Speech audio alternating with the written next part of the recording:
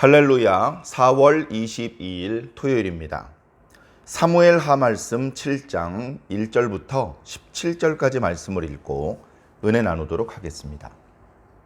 여호와께서 주위의 모든 원수를 무찌르사 왕으로 궁에 평안히 살게 하신 때에 왕이 선지자 나단에게 이르되 볼지어다 나는 백향목 궁에 살거늘 하나님의 궤는 휘장 가운데 있도다. 나단이 왕께 아뢰되 여호와께서 왕과 함께 계시니 마음에 있는 모든 것을 행하소서 하니라. 그 밤에 여호와의 말씀이 나단에게 임하여 이르시되 가서 내 종 다윗에게 말하기를 여호와께서 이와 같이 말씀하시되 네가 나를 위하여 내가 살 집을 건축하겠느냐. 내가 이스라엘 자손을 애굽에서 인도하여 내던 날부터 오늘까지 집에 살지 아니하고 장막과 성막 안에서 다녔나니 이스라엘 자손과 더불어 다니는 모든 곳에서 내가 내 백성 이스라엘을 먹이라고 명령한 이스라엘 어느 지파를 가운데 하나에게 내가 말하기를 너희가 어찌하여 나를 위하여 백향목 집을 건축하지 아니하였느냐고 말하였느냐.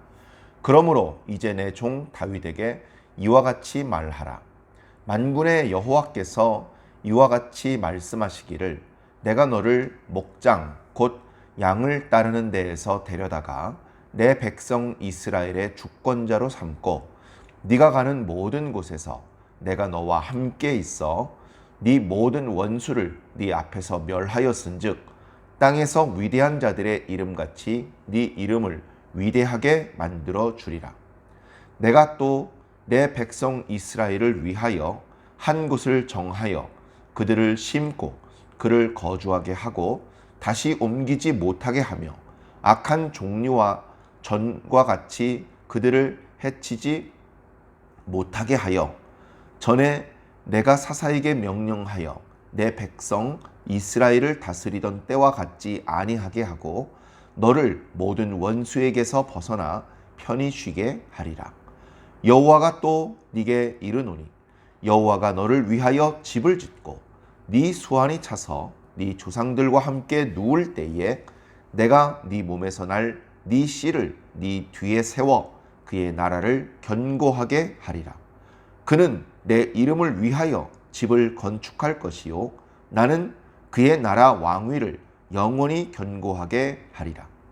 나는 그에게 아버지가 되고 그는 내게 아들이 되리니 그가 만일 죄를 범하면 내가 사람의 매와 인생의 채찍으로 징계하려니와 내가 네 앞에서 물러나게 한 사울에게서 내 은총을 빼앗은 것처럼 그에게서 빼앗지는 아니하리라. 네 집과 네 나라가 내 앞에서 영원히 보존되고 네 왕위가 영원히 견고하리라 하셨다 하라. 나단이 이 모든 말씀들과 이 모든 계시대로 다윗에게 말하니라. 아멘. 자, 장면이 또 전환이 되고 있습니다. 우리가 잘 아는 사무엘하 7장 말씀입니다. 워낙 유명한 말씀입니다. 오늘 우리가 읽은 말씀 속에 나타나고 있는 하나님의 말씀을 다윗 언약이다. 그렇게 이름을 붙일 정도로 매우 유명하고 중요한 말씀입니다. 이제 말씀을 읽으면서 저는 갑자기 너무 이야기가 자세하게 뭔가 이렇게 더 충실하게 더 다양한 우리들의 어떤 신앙에 도움이 되는 그런 내용들이 좀 많았으면 좋겠다. 근데 지금 벌써 아주 빠른 속도로 이야기가 진행되고 있구나. 그런 느낌을 받았습니다. 저 앞에 사무엘상 16장에 다윗이 처음 등장할 때만 해도 다윗은 10대 청소년이었습니다. 대략 16, 17살 정도 되었을 그 나이 때 사무엘 선지자를 통해서 기름 부음을 받았죠. 골리앗을 쓰러뜨리고 또 사울 왕의 부름을 받아서 왕궁에 출입하기 시작한 것이 20세쯤 되었을 때입니다. 초고속 승진을 해서 불과 얼마 되지 않았을 때 다윗은 이미 천부장의 역할을 수행하고 있었습니다. 다윗이 승승장구하며 많은 사람들의 사랑을 받고 인기가 치솟는 모습을 질투 어린 눈빛으로 바라보았던 사울은 다윗을 죽이기로 결정했습니다. 단순히 다윗의 인기가 많아지는 것에 대한 투기, 질투를 하는 것으로 멈추지 않고 그 즉시에는 알지 못했지만 시간이 흐르면서 사무엘 선지자가 나에게 기름을 부었던 것처럼 다윗에게도 기름을 부었구나.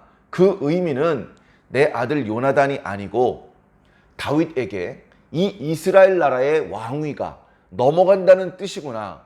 그러면 안 되는데 내가 계속 해먹어야 되고 내 아들들이 계속 해먹어야 되는데 이제 그런 인간적인 생각이 들었기 때문에 제대로 확인해보지도 못한 채 그저 다윗을 죽이면 모든 문제가 해결될 것이라는 생각을 했던 것이죠.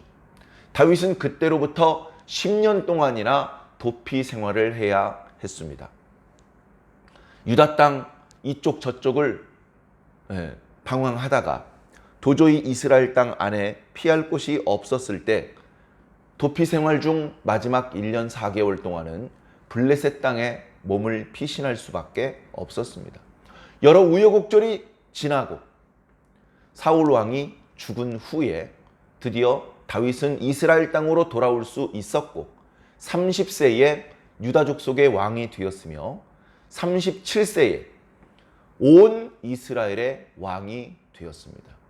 왕이 되고서 아직도 축출해내지 못한 여부스 족속을 토벌하고 그 자리를 다윗성, 시온성, 나중에 예루살렘으로 일컬어지는 그 지역을 확보했습니다. 다윗의 소식을 듣고 멀리 들어온 히람은 사절단들과 백향목들과 목수와 석수를 보냈습니다. 왕이 되신 것을 축하드립니다. 저희가 성의로 이런 것들을 보내드리오니 왕답게 왕궁을 건축하소서. 그래서 백향목으로 그렇게 큰 규모까지는 아니었겠지만 왕궁을 건축하고 그 주변에 토성을 쌓고 이 성벽을 쌓아서 요새를 만들 수 있었습니다. 그리고 나서 다윗이 한 행동은 이제 블레셋 땅에 잠시 빼앗겼다가 이스라엘 땅 안으로 들어와 있기는 하지만 아비나답의 거의 40년 이상 거기에 보관되어 있던, 조금 나쁘게 말하면 방치되어 있던 하나님의 궤, 언약궤를 모셔오는 일을 한 것입니다. 그 과정에서도 다소간의 우여곡절이 있었지만 결국은 다윗의 강력한 의지와 하나님의 너그러우신 은혜로 하나님께서 당신의 이름이 임재하고 있는 그 언약궤가 다윗성 안으로 들어가 다윗이 미리 준비한 장막 안에 모셔지는 것을 허락해 주셨죠. 다윗이 뛸 듯이 기뻐했고 이제 정말 다윗은 지금까지도 승승장구했는데 앞으로도 더 뻗어나가며 승승장구할 일만 남아있는 그런 아주 좋은 그림이 만들어지고 있었습니다. 이제 오늘 말씀에 보면 다윗이 그 주변의 모든 원수들을 평정하고 평안하게 궁에서 지낼 때 있었던 일이다, 그렇게 소개를 하고 있습니다. 물론 다윗 주변에 모든 원수가 소탕되었다고 말하기에는 벌써 8장 9장에 또 전투하는 모습이 나타납니다. 그러나 최소한 다윗의 왕권이 도전받을 수 있는 사울 왕의 잔당들이나 다윗을 지지하지 않는 그런 세력들이 상당한 세력을 곳곳에 이렇게 유지하고 있는 그런 위험한 단계는 넘어갔습니다. 아브넬도 죽었고 이스보셋도 죽었고 이제 뒤에 나타납니다만 요나단의 다리 저는 아들 무비보셋이 하나 남습니다. 그러나 그는 다리를 절고 쩔뚝발이 신세로 이렇게 사는 사람이었기 때문에 그는 위협이 되지 못했습니다. 미갈이 남아있지만 여자였고, 그리고 지난 시간에 미갈이 인간적인 관점에서 다윗을 이렇게 책망했을 때 오히려 다윗의 책망을 듣고 그가 하나님께 받을 수도 있을 뻔했던 복을 받지 못하고 죽을 때까지 무자한 상태로 조용히 지낼 수밖에 없었다는 말씀을 드렸습니다. 자, 그래서 이스라엘 땅 바깥쪽에는 여러 원수들도 있고 대적들도 있고 뭔가 만만치 않은 어떤 상대방들이 있죠. 그러나 일단 이스라엘 안에는 위험 세력이 없어졌습니다. 다윗이 그 위험 세력을 하나하나 이렇게 무력화시킨 것도 있겠지만 결국은 그건 하나님께서 하신 일이라는 겁니다. 하나님께서 다윗과 함께 하시고 그래서 다윗을 평안하게 만들어 주셨다는 거죠. 다윗은 그 모든 것들이 하나님 덕분이라는 것을 잊지 않았습니다. 그래, 큰 근심이 없을 때에 선지자 나단과 대화를 나누었습니다. 다윗이 이렇게 말을 합니다. 나는 백향목 궁에서 삽니다. 아시는 것처럼 얼마 전에 두로왕 히람이 백향목과 목공들을 보내서 이렇게 멋들어진 집에서 누구 부럽지 않게 그렇게 편안하게 잘 살고 있습니다. 그런데 언약궤는 비록 아비나답의 집에서 예루살렘으로 모셔오기는 했지만 언약궤는 임시 처소, 그저 이 천막 아래서 햇볕을 피하고 비를 피하는 수준 아닙니까? 그렇게 이제 말을 합니다. 이 말은 다름 아니라 성전을 건축해 드리고 싶다. 하나님의 영이 모셔져 있는 이 언약궤를 이렇게 천막에 모시는 것은 아닌 것 같다. 나같이 하나님하고는 비교도 할 수 없는 벌레나 마찬가지인 나는 이 백향목 궁전에 살고 있는데 하나님께서 나보다 더 좋은 집에 계셔야지. 참 부끄럽고 죄송하다. 이제 그런 마음을 표현한 것입니다. 나단 선지자는 당연히 다윗 왕을 좋아했겠죠. 다윗은 선지자인 자신 이상으로 하나님을 뜨겁게 사랑하는 자이며 평생을 하나님께 순종하며 살았고 하나님을 기쁘시게 하기 위해 살려고 애쓰는 사람이라는 것을 알고 있었기 때문입니다. 그랬기 때문에 다윗이 그런 이야기를 자신에게 해 주었을 때 나단은 마음속으로 기뻤을 겁니다. 야, 정말 이제 이스라엘 나라가 반석 위에 서는구나. 사울이 왕이 되었었지만 그러나 그때 빼앗겼던 언약궤를 되찾아올 생각조차 못하고 있었는데 사무엘 선지자께서도 빼앗겼던 언약궤를 되찾아올 생각을 못하고 있었는데 이 다윗 왕은 그 언약궤를 이스라엘 땅 한 복판에 모셔두었을 뿐 아니라 이렇게 천막에 그 언약궤 모신 것을 부끄럽고 죄송하게 생각할 수 있는 그런 하나님을 향한 뜨거운 사랑이 있는 분이구나. 이렇게 나라가 안정되고 국력이 강성했을 때 성전을 건축할 수 있으면 정말 좋겠다. 이제 나단 선지자도 마음속으로 어렴풋하게 그런 생각을 했던 것 같습니다. 그래, 이렇게 얘기를 했습니다. 당신께서 원하시는 대로 하셔도 될 것 같습니다. 사실은 이런 식으로 말을 하면 안 되는 겁니다. 우리가 잘 아는 것처럼 사사시대 때 400년 동안 이스라엘이 계속해서 쪼그라들었던 이유는 그들이 각자 자기 소견에 옳은 대로 행동했기 때문입니다. 우리 하나님의 백성들은 기본적으로 우리 소견에 옳은 대로 하면 안 됩니다. 우리가 죽은 사람도 아니고 살아있는 사람인데 지혜가 있는 자든 없는 자든 각자 자기 소견이 있을 것 아닙니까? 그런데 우리 모두가 다 각자 소견에 옳은 대로 행동을 했다가는 우리는 하나님의 복도 받지 못하고 가지고 있었던 것마저도 잃어버릴 수밖에 없는 것입니다. 지금 나단이 그렇게 이야기를 한 것은 하나님께 무슨 응답을 받고 그렇게 답변을 드린 것이 아니고 그저 다윗 왕의 백성으로서 다윗 왕 편에서 일하는 신하로서 그렇게 얘기를 한 것입니다. 특히 왕께서 하나님께서 왕과 함께 하시니 이런 단서가 붙어 있죠. 하나님께서 당신과 함께 하시기 때문에 당신은 당신 소견에 옳은 대로 해도 그래도 괜찮을 것 같습니다. 이런 이야기를 한 것입니다. 그렇게 이야기를 하고 나단은 집으로 갔죠. 그리고 다윗은 이제 고민에 빠졌습니다. 어떻게 하면 하나님의 집을 지을 수 있을까? 성전을 건축할 수 있을까? 어느 정도 규모로 해야 될까? 위치는 어디가 좋을까? 어떤 자재를 쓸까? 공사 기간이 얼마나 들까? 공사가 진행되는 동안에 전투가 벌어지지는 않을까? 아주 많은 것들을 고민하면서 여러 가지를 구상하고 있었을 겁니다. 어쩌면. 자, 그런데 나단 선지자가 집에 가서 그날 밤 하나님의 말씀을 듣습니다. 꿈 중에 하나님께서 나단 선지자에게 말씀을 주셔요. 개꿈이 아니고요. 하나님께 계시의 말씀을 받는 순간입니다. 나단 선지자는 개인적인 의견을 다윗에게 말해 주었지만 이제 하나님의 계시의 말씀을 받았기 때문에 다시 다윗 왕에게 돌아가서 다윗 왕에게 제가 하나님께 받은 말씀을 전달해 드리겠습니다. 이렇게 하나님의 말씀을 전해 주어야 되는 상황이 된 것입니다. 자, 나단 선지자를 통해서 주신 하나님의 말씀, 오늘 우리들이 다윗 언약이라고 이름 붙인 말씀의 내용은 이렇습니다. 내가 언제 너희들에게 내 집을 지어달라고 했느냐? 내가 언제 너희들에게 내 집을 백향목으로 지어달라고 요구했느냐? 다윗아. 그런데 네가 나를 위해서 집을 지어주겠다고? 자, 이 말씀은 뭐냐면요.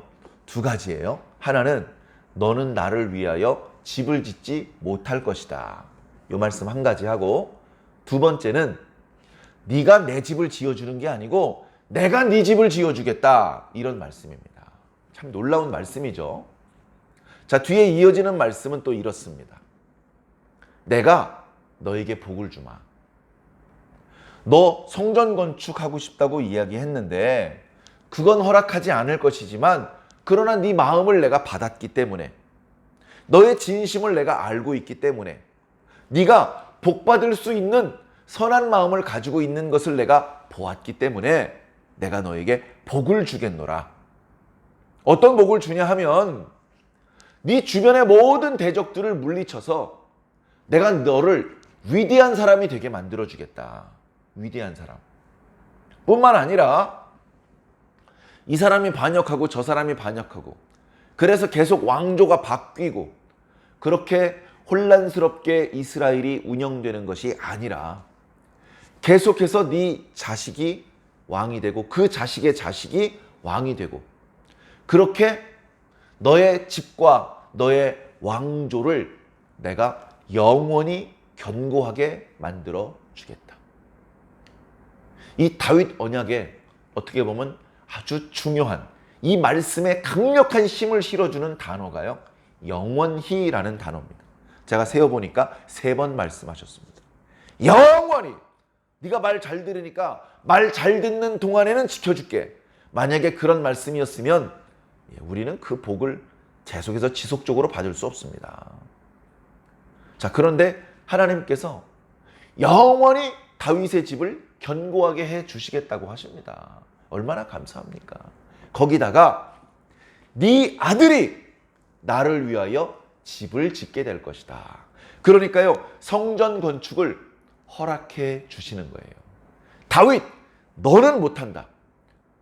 그러나 내가 너의 왕조를 튼튼하게 만들어서 네 아들이 성전을 건축할 수 있도록 허락한다. 거기에 덧붙여서 네 집을 내가 영원히 보존시킬 것이며 네 나라를 내가 영원히 견고하게 만들어 줄 것이다. 네 자식들이 왕이 되면 그러면 나는 그 왕의 아버지가 될 것이다. 그리고 그 왕은 내 아들이 될 것이다. 그래서 범죄를 혹시 하게 되더라도 전에 사울처럼 완전히 뽑아버리지 않겠다. 완전히 하나님께서 베푸신 은총을 거두어가지 않겠다. 잘못을 했기 때문에 벌을 받긴 해야 되겠지. 그래서 여러 가지 방법으로 징계를 가하겠지만 그 징계는 그대로 죽여 없애기 위한 징계가 아니고 잠깐 고통을 주어서 스스로 잘못했다는 것을 깨닫고 뉘우치고 회개하고 그래서 다시 건강한 상태로 돌아오게 만들기 위한 그런 징계를 가할 것이다. 왜 그렇게 하신다고요? 아들이니까. 남이면 죽일 수도 있고 끊어버릴 수도 있고 쫓아낼 수도 있지만 아들은 잘못하더라도 버릴 수가 없습니다. 야단쳐서 회초리를 들어서 벌을 주어서라도 다시 올바르게 만들어서 계속 그 아들을 키워나가겠다. 엄청난 하나님의 축복입니다. 엄청나죠. 절대 버리지 않겠다. 니들이 잘못하고 실수하게 될 거라는 거 알아. 그래도 안 버리겠다. 야단쳐서라도 고쳐서 계속해서 내가 너와 함께 하겠다. 그런 놀라운 축복의 말씀을 주셨습니다. 정말 감사한 것은요, 이 말씀이 다윗 개인에게만 주신 말씀이 아니라는 겁니다. 물론 1차적으로는 다윗에게 주신 말씀입니다. 다윗의 아들 솔로몬이 성전을 건축하게 됩니다. 다윗의 자손 중에서 만왕의 왕 되신 예수 그리스도께서 나시기도 하셨습니다. 네 자손으로 인해서 천하 만민이 복을 받을 것이라는 약속의 말씀, 아브라함과 이삭과 야곱에게 주셨던 말씀, 모세 때 주셨던 말씀이기도 한데 또 다윗에게 주셨고, 정말로 다윗의 자손이었던 예수 그리스도를 통해서 천하 만민이 복을 받고 있습니다. 하나님의 말씀은 야 기분 좋다 하면서 공수표를 남발하는 무의미한 물거품 같은 말씀들이 아닙니다. 한 말씀 한 말씀, 한 단어 한 글자가 그저 없어지지 않고 반드시 성취되는 그런 엄청난 능력과 또 하나님의 사랑과 심지어 전능하신 분의 자존심이 실려있는 그런 무거운 말씀들인 것입니다. 그래 이 말씀을 1차적으로는 다윗에게 주셔서 다윗이 복을 받지만 마찬가지로 다윗 안에서 예수 그리스도 안에 있는 우리 성도들도 이와 동일한 은혜를 받고 있는 것입니다.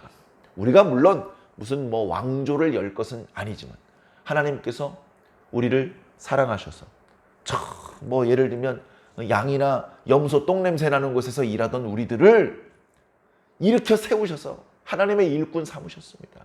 하나님의 성도를 삼으셨습니다. 하나님의 제사장을 삼으셨습니다. 그렇게 하고서 우리가 혹여 실수하더라도 끊어버리지 않고 너 이렇게 할 거야? 너 실망이야? 내가 너 잘라버리겠어. 이렇게 하지 않으시고 우리에게 은혜를 베풀어 주시는 겁니다. 물론 우리가 책망을 듣고 징계를 받고 고통 가운데 던져질 수도 있습니다. 그러나 그것은 우리를 죽이고 우리를 멸망시키려는 것이 아니고 잠깐 우리가 고민과 고통의 상황 속에 있으면서 스스로의 잘못을 깨닫고 뉘우치고 다시 돌이키고 더 올바르게, 더 건강하게, 더 강하고 단단하게 만들기 위한 하나님의 은혜의 선물들이라는 겁니다. 고통과 고난도 하나님께서 주시는 선물이라는 것을 우리가 꼭 기억해야 할 것입니다. 자, 오늘 말씀을 통해서 하나님의 만극하신 사랑을 우리는 또 한 번 깨달을 수 있습니다. 그리고 이 놀라운 하나님의 축복을 다윗이 가만히 있었으면 어쩌면 듣지 못했을지도 모릅니다. 그저 가만히 있었으면 다윗이나 사울이나 또 비슷한 결말을 맞이하게 되었을지도 모릅니다.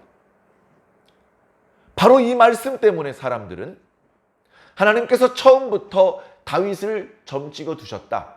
사울은 원래 잠깐 지나가는 인물일 뿐이다 라고 말하지 않는 겁니다. 사울이 오늘 다윗처럼 하나님을 향하여 진심이었다면 어쩌면 사울의 이름을 하나님께서 위대하게 만드시고 사울의 왕조를 영원히 견고하게 만드셨을지도 모릅니다. 그러나 사울은 그런 축복을 받을 수 있는 기회가 있었지만 축복을 끌어들이지 못하고 저주를 끌어들이는, 저주를 잡아당기는 그런 모습으로 살았습니다. 화를 자초했다는 말씀이죠. 그러나 다윗은 어떻습니까?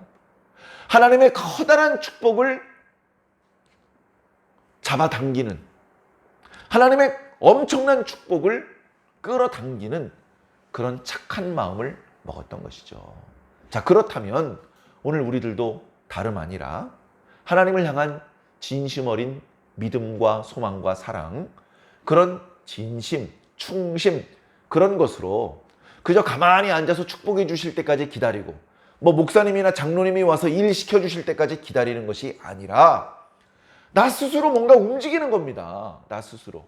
하나님께 대한 고마움, 부끄러움, 죄송함, 미안함 이런 것들을 느끼면서 야, 도저히 가만히 있을 수 없다. 내가 이렇게 큰 사랑과 은혜를 입고 있는데 뭔가 해야지. 그런 착한 마음을 먹어야 되겠다. 그리고 그 착한 마음을 행동으로 옮겨야 되겠다. 그 과정에서 하나님께서 도와주실 수도 있고 하나님께서 막으실 수도 있고 조금 기다리라고 하실 수도 있지만 어쨌든 우리가 하나님을 향하여 선한 마음으로 그렇게 생각하고 말하고 행동할 때에 하나님의 축복을 잡아당기는, 하나님의 축복을 끌어들이는 그런 역할을 하게 되는 것입니다. 사랑하는 성도 여러분, 오늘은 어떤 착한 마음을 잡수시렵니까? 오늘은 어떤 선한 계획을 품으시렵니까? 하나님께서 다 보고 계십니다. 듣고 계십니다. 우리들의 마음속 생각까지도 헤아리고 계십니다. 우리가 선한 마음을 먹을 때 하나님께서 얼마나 기뻐하시겠습니까? 우리가 비록 그것을 실행에 옮기지 못하는 경우가 있다 하더라도 우리가 늘 하나님께 대하여 선한 마음을 먹고 말을 하고 행동을 하려고 할 때 하나님께서 기뻐하시고 복을 주실 것입니다. 우리가 요청하지 않은 축복도 쏟아 부어 주실 것입니다. 복은 그렇게 받는 것 같습니다. 사랑하는 성도 여러분, 오늘 하루도 우리가 어떻게 하나님을 기쁘시게 할까? 그런 착한 마음으로 이렇게 생각하고 말하고 행동하는, 그래서 하나님의 더 큰 축복을 받을 수 있는 그런 행복한 하루가 꼭 되시기를 예수님 이름으로 간절히 축원합니다. 아멘.